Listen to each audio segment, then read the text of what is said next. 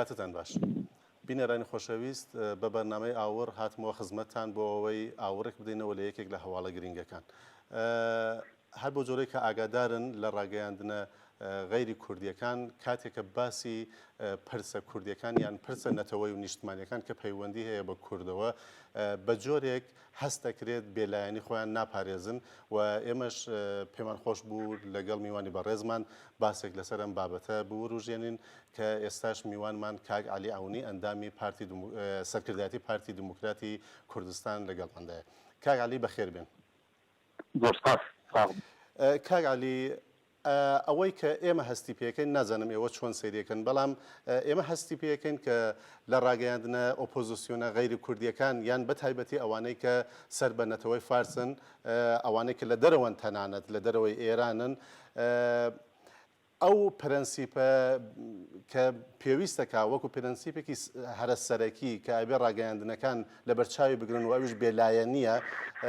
ئێمە هەستی پێکەن بەڕاستی ڕەچاو ناکرێن. نازانم ئێوە چۆن بیری لێکەنەوە. سپاس. ئەوە ڕاستی بێ منیش وەکو ئێوە نەک تەنیا لە کەناڵی ئەوەی ڕوویدا لە بۆ ئاپێرشیان لە دەنگی ئەمریکا بەشی فارسی بەڵکو لە بیبیسی جاروبار و ئەو ڕاگەاندنانە کە خۆیان پێ ڕاگەاندنی سەربەخۆیی نێونەتەوەیین لە هێی ڕووسیاش متابعەیان دەکەن، چاودێریان دەکەن. ئەو ڕاگەاندنە کاتێککە بەدەستی نەتەوەکانی غەیری کورد دەبێ دەبینین یعنی سوء استیفادە لەو مینبەرانە دەکرێت بۆ پەلاماردان، بۆ بێڕێزیکردن بە ئێستا و ڕابردوو و تەنانەت تەخریبی داهاتوو وێرانکردنی داهاتووی نەتەوەکانی کە بە تایبەتی گەلی کوردستان کە من متابعەی دەکەم. ڕەنگە ئێوە بەسی فارسیتان بینی بە ئێمە چاودێری ڕاگەاندنی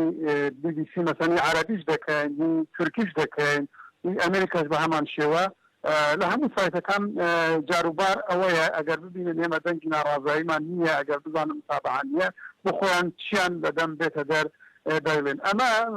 مصداقیەتی ئەو ڕاگەاندنە ئەم ئەساسە گەورە و گرانە جیهانیە دەخاتە ژێر پرسیارەوە، یعنی ڕاستگۆیی ئەو بێلایەنی ئەو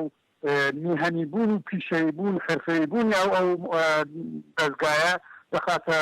ژێر پرسیارەوە. وەکو مەسەلێکی کوردی هەیە دەڵێ ئەوانە بەو ئوسلوبە ئیش دەکەن کە ئەگەر دووتیان ئەزن نەیان دیت بزن. بەداخەوە سەرڕای وەکو گوتان ئەوانە لە دەرەوەشن، فەرقیان بۆ بژایەتی گەلی کوردستان فەرقیان لەگەڵ ئەوانەی کە لە ناوەی وڵات و بەشێکن لە بەدەنە و پەیکەری دەسەڵات جیاوازیان نییە لە جۆری دژایەتیکردنی ئەم گەلە. ئەوەی کە دوێنێ پێشی دسۆر ڕوویدا لە بەرنامەی بۆ ئاپێرژێن بەڕاستی بۆ خودی ڤۆیس ئۆف ئەمریکا شکستنێکی زۆر گەورەیە کە بەم شێوەیە تعامل بکات سێ ئینسانی معلوم الحال کە ئینتیمایان بۆ دەسەڵات واضح و ئاشکرایە، تەنانەت یەکێکیان ئەوەندە ڕووچووە لە غەرقاب و لە گەنداوی فەساد و خۆفرۆشیدا کە ئەگەر ئێستا ئەربابەکەی داوای لێ بکات بکاتە ناو چاوانی دایک و باوکیشی ئامادەیە بۆ خۆش هاتن و بۆ ڕازیکردنی ئەربابەکانی تت بکاتە سەر و چاوی دایک و باوکیشی کابرای وا بڕشێتەوە بەسەر نەتەوەکەی خۆی مێژووی خۆی ئەو ها یارمەتی ینی تۆ بڵێ جنبشێک بە ناوی جنبشی ئازادی بەخشی خەڵکی کورد نییە یا ئەوەندە نەخوێندەواربی خەریتەی نەخشەی کۆبانی نەزانی لەکوێیە بڵێ پارتی دیموکراتی کوردستان خەندەقی لە دەوری کۆبانی داوە هەندە نەخوێندەواری تەماشاکی خەریتەشت کرد بێ خەڵکیش ئەوەندە بە نەخوێندەوار بزانی ئەمە بۆ خودیان تەلەڤیزیۆنە شتێکی عیبە. ئەسڵەن ئەو کابرایە ئەجنەبیە لێرە بە شەق دەرکراوە لە وڵاتە لەبەر ئیشی ئەخلاقی و بێڕەوشتی لەو مایکرۆبن بە شەق دەرکراوە لە وڵاتە. من نووسینەکانی نادری ئینتیساریش بخوێندووە هیچ شتێکی وای بۆ گەلی کوردستان تێدا نییە. دکتۆر نادری ئینتیسار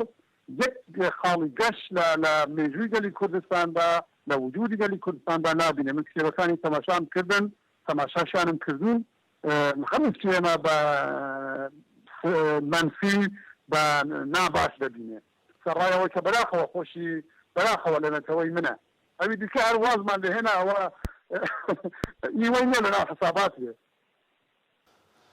کاک عەلی باسێکی وەها ئەو ڕژێنن جاروبار باسیەوەکەن ئەڵەن هیچ ڕاگەیاندنێک ناتوانێت بێلایەن بێ بەڵام وابزانم یەکسری پرەنسیپ هەیە یەکسری چوارچەوە و قاعدە و ئوسلوبێک هەیە کە ڕاگەیاندنێک ئەگەر دێت و باسێک لەسەر تەوەرێک باسەکە لانی کەمەکەی ئەوەیە کە تۆ ئەگەر میوانێک داوەتەکەی لایەنی بەرامبەریشی بهێنی یان ئەگەر لایەنەکەیشت دەست نەکەوت ئەو کەسێک کە پێشکەشکارە یان ئیدارەی بەرنمەکەکات خۆی وەڵامی ئەو کەسە بداتەوە یان بە جۆرێ بچێتە نێو باسەکەەوە بەڵام لە ڕاگەاندنەکانە جاروبار یان تەنانە دەم بەرنامەی چەند ڕۆژ لەوە پێشە ئەوەمان نەبینی. من 100% لەگەڵ ئەو ڕایەدام کە هیچ ڕاگەاندنێکی سەربەخۆ نییە پیشەیە بوون واتای سەربەخۆی بوون نییە بەڵام هەدەفمەندبوونی ڕاگەاندن معنای درۆکردن بوختان بڵاوکردنەوەی ناڕاستی بڵاوکردنەوەی ئیستیقراڕی لە دنیادا نییە ئەم ڕاگەاندنە مەسئولیەتێکی ئینسانی ئیجتیماعی فکری فەرهەنگی هەیە بەدە ڕازگۆ بێ قەیدی ناکات دژی من بێ بەڵام بە ڕازگۆیەکان ئاخر ئەوەی کە تو دەڵێ لە دەوری کۆبانی پارتی خەندەقی لێداوە مەرز لەگەڵ کۆبانی نییە لەگەڵ تورکیا کۆبانی مەرزی هەیە ڕاست نیە ئەمە ئەو پەڕی بێسەوادی ئەو پەڕی نەخوێندەواری ئەو کابرایە و ئەو پەڕی ناڕازبووی کاناڵەکەش پێشان دەدا کە ڕای نەگەر بڵێ کاکەوە نەخشەی کوردستانی گەورەیە کۆبانی دەکەوێتە ئەم حدودا بینی با بڵێن سلووی حکوومەتی هەرێمی کوردستان و کۆبانی ئەوەندە فاصلە و ئەوەندە شارە دەکەوێت مەسەلەن نمونەی ئەوەیە یان تۆ بڵێ هیچ جنبشێک بە ناوی جنبشی ئازادی بەخشی کورد نیە و هەموو شتەکان کابرایەکی نەخوێن ئێستا سەرۆک بارزانی ژمارەیەکی گەورەیە لە ڕۆژهەڵاتی ناوەڕاستە لە ڕەسمی سیاسەتی ئێستای دنیادا کە دنیا تعاملی لەگەڵ دەکاوەکو و کاراکتەرێکی ئەفلی چۆ بڵێ هیچ دەوری نییە نەخوێندەوارە نەزانە عشایرە خۆبا بە قسەی چۆن نیە دەبێ یەکێکیش پێ بڵێ باوە ئەو نەخوێنەوارەی کە دەڵێ کتێبێکی تو کە ئەرزشی کتێبیشی نەبوو سابقی زیبا کەلام دەیگوت ئەگەر ئەم قوتابیە لەژێر چاودێری من دابینوتووە من نمرەی سفرم دەدا بە کتێبەکەی کتێبی مەسعود بارزانی مەزدەرێکە مەزدەرێکی باوەڕ پێکراوە بۆ مێژووی کوردوە بەشێک لە مێژووی کوردستان لە قۆناغێکە ئەو تێدا ژیاوە و لەگەڵی ژیاوە مەبەست من یعنی بڵاوکردنەوەی ناڕاستی بێوجدانی زەرەر لە ئیستیقرار لە پێکەوە ژیان لە یەکتر قبولکردنی نەتەوەکان دەدا ئەمە یەکەم جار ئەو پەیامەیە کە خۆیان مانیفێستێکە خودی دەنگی ئەمریکا بۆی دامەزراوە لە ڕادەگەینە کە هەدەفەکانمان ئەو یەکەم جار لێدانە لە هەدەفەکان یان من پێم وایە پێشتر کە بەڕێز سیامەتی دێقانپورە و بەرنامەی پێشکەش دەکرد مستاقیەتی باشتر بوو ڕازگۆی زیاتر و بە تەسەوری من ئەو ئیدارەی ئەم تەلەڤیزیۆنە هەمان پان ئیرانیستەکانن لەولا پان عەرەبەکانن لەولا پان تورکیستەکانن ئەوانە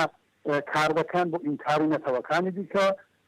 ئیدراکردنی خۆیان لەسەر هیچ فرسەتێکیش لەدەست نەدەن لە تەلەڤیزیۆنیان دیکا بێ لە سینەمایەک بێ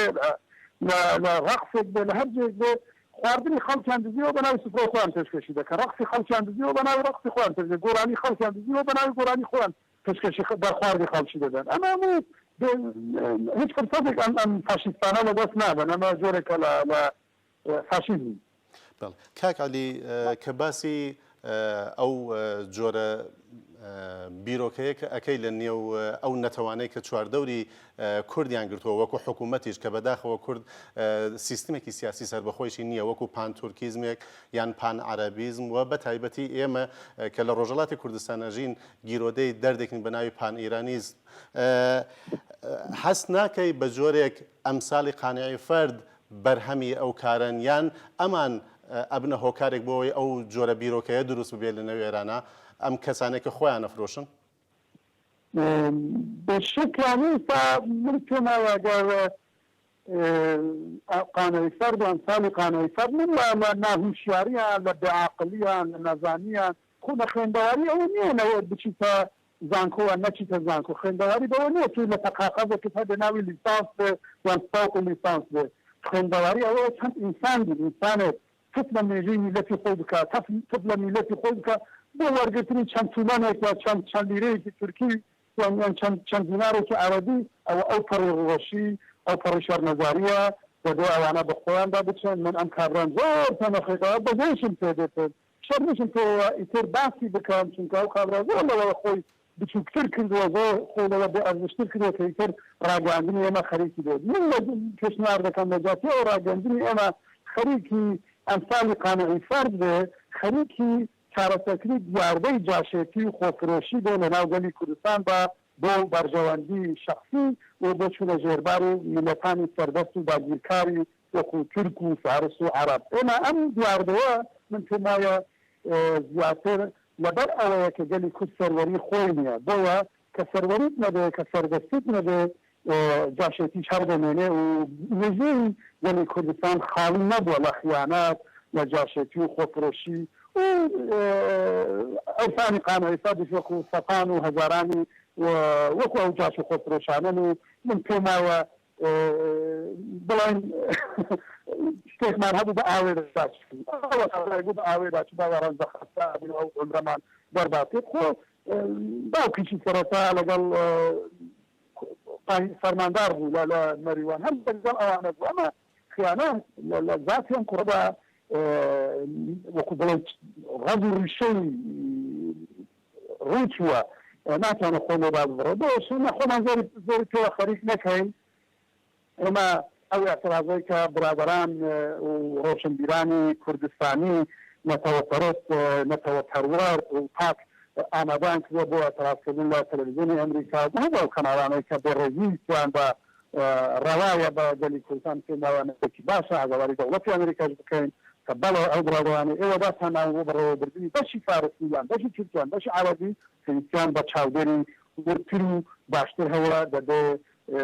پەیامی ئەم تەلەڤیزیۆنانە ئەم کاناڵە ڕاگەاندنانە فکر نەچێت بۆ بەرژەوەندی نەتەوەیەکی دیکە چەند مەجال هەوە ئەوان قسە بکەن دەبێ ئەوەندە مەجالیش هەبێ یا فڕسەتەوە بۆ گەلی کوردستانیش بۆ ڕاوستاندن ئەوان ئێمە شاترازمان کرد حقیقەت من بۆ خۆم بە تەلەفۆن لەگەڵ دەستەندەرکارانی تەلەڤیزیۆنی ئەمریکا قسەم کردووە بڕیاریشە بەندە و دکتۆر ساڵح ڕۆژی سێشەممە ئەم سێشەممەی سبەینە دووزدەی بچین بەشدار بین من پێم وایە لەوێ هەم ئەترازی گەلی کوردستان دەگەێنن و هەمیش ڕەبی هەبوو ئەو ساختەکاری و تەقەلب و دۆکردنانەی ئەم سێ برادەرە ڕوون دەکەمەوە ماکرۆبن من دەزانم لۆبیستێکی تورکە بە بەرژەوەندی تورکەکانە ویشە دەکات لێرەش بە تیپا دەرکراوە لە وڵات ڕێگان هاتن چونکە لەسەر دەڕەوشی دەرکرا بوو خودی عرفانیش واضحە ئابسخوڕی لەکوێوە و چۆن دەمەوەڕێ و لەکوێ دەمەوەڕێ ئەوە واضحە نادر انتصارش عیب بوو بۆ ئەو ناوی ئەکادمیسیۆنی بەسەر بێتەوەها دابەزێتە سەر کار و کردەوەی حکوومەتی کوردستان دەپێی ئەوانە بەدەوام حکوومەتە یەکمان دەوامی نەکردبە ئەم حکوومەتە ڕووبا قەرنە زۆر بە نەجاحەت باشی لە وڵاتە داگیرکەرەکانیان ڕەوشی ئەو وڵاتە بەڕێوە دەبە فەرڕاگە هەموو بەختی بشارەی هەر چوار وڵاتەکە لەسەر کوردستان ئەم حەسار و ئەو شەڕ و فتنەیە کە بۆمانی دەخڵکێنن ئەو دەشەر ئێمە باشە لە ڕووی ژیانەوە لە ڕووی ئیدارەوە لە ڕووی یاساوە لە ڕووی دیموکراسیە لە هەموو ڕوویەکەوە خۆشیان شاهدی بۆ دەدەن بەسیدی مۆدەلی داگیرکردنی کوردستان نەماوە باشە کاک عەلی هەست ناکەیت جۆرێک کەم تەرخەمی لەلایەن ڕاگەیاندنەکانەوە ڕاگەیاندنی کوردی هەیە بە نسبەت ئیسا ئەگەر وەکو ڕاستەخۆ ئاماژە بە کەسێک نەکەین بەڵام بە گشتی ئەو دیاردەیە کە باستان کرد جاشێتی یان خۆفرۆشی ئەو خۆفرۆشی بە قەڵەم بێ یان بە دەنگیش بێ فەرق ناکە هەست ناکەی بە جۆرە بێدەنگیەک هەیە لەلایەن ڕاگەیاندنەکانەوە بێگومان ئێمە میلەتێکی ڕاستی دەوێ مەزمومی توانای ڕاگەاندنیمان توانای مادیمان توانای عەسکەریمان توانای ئابووریمان لە ئاستی توانای ئەو میلەتە باگیرکەرانە نییە ئەوانەی کە بە درێژایی مێژووی کوردستانیان دۆشیوە لە بەرژەوەندی خۆیان بە فەقیری و نەخوێندەواری و بێسەرودەری و پەرتەوازیان بۆ ئێمە بەدیاری هێناوە و وڵاتی خۆشیان قەت و ئارادان نەبوو گیرفانێکی بن بڕایە لە ئێمە دەیدزن دەخەنە گیرفانەکان گیرفانەکەش بری بڕایە قەت چونکە ئیدارەیەکی نادروستیان هەیە وڵاتی خۆشیان ئۆز بەوە خراپتر و کاوتر دەبووان ئەم چار وڵاتە من قسووریش هەیە بەڵام بە توانایی بە ئیمکاناتی ئێمەش هەیە بە ئێستا لە چاو مەسەڵان پێشی 15 ساڵ ئێمە لە قۆناغێکی زۆر پشکەستی داین بە ڕوو ڕاگەاندنەوە ڕاگەاندنەکانی ئێمەش کۆتەوە نەکردووە ئەمە هەر ئەم سازبانی ئەم دیدارە لەگەڵ جەنابتان ئەم کەمپێنەی کە ڕۆشنبیران وەڕەوان خستووە ئەمە نیشانەی هوشیاری گەلی کوردەوە نیشانەی لە مەیدان بوونی ڕاگەاندنە هەر کەناڵێکی تەلەڤیزیۆنی ڕادیۆیی ڕۆژنامە سایتە ئەلکترۆنیەکان ماڵپەڕەکان فەیسبوک تویتر ئەوانە هەموو دەستانە ڕۆلی خۆیان بگەن پێشماوە ئەوانەی کە دڵسۆزم بۆ گەلی کوردستان ڕۆڵێکی زۆر لەجێرا بۆ گێڕن سەرڕای ئەوەی کەم بەراوردکردن ئیمکاناتی ئێمە لەگەڵ بەراوردکردنی ئەو وڵاتە و ئەو نەتەوە داگیرکارانە یعنی عرض و عاسمان فارقی هەیە. زۆر زۆر سپاس کاک عەلی عەونی ئەندامی سەرکردایەتی پارتی دموکراتی کوردستان بۆ ئامادەبوونتان. سپاس لە ئێوەش خۆشەویستان کە هەتا کۆتایی بەرنامەکە لەگەڵمان بوون هەتا کاتێکی دیکە و ئاوردانەوە لە هەواڵێکی دیکە هەرشاد بن.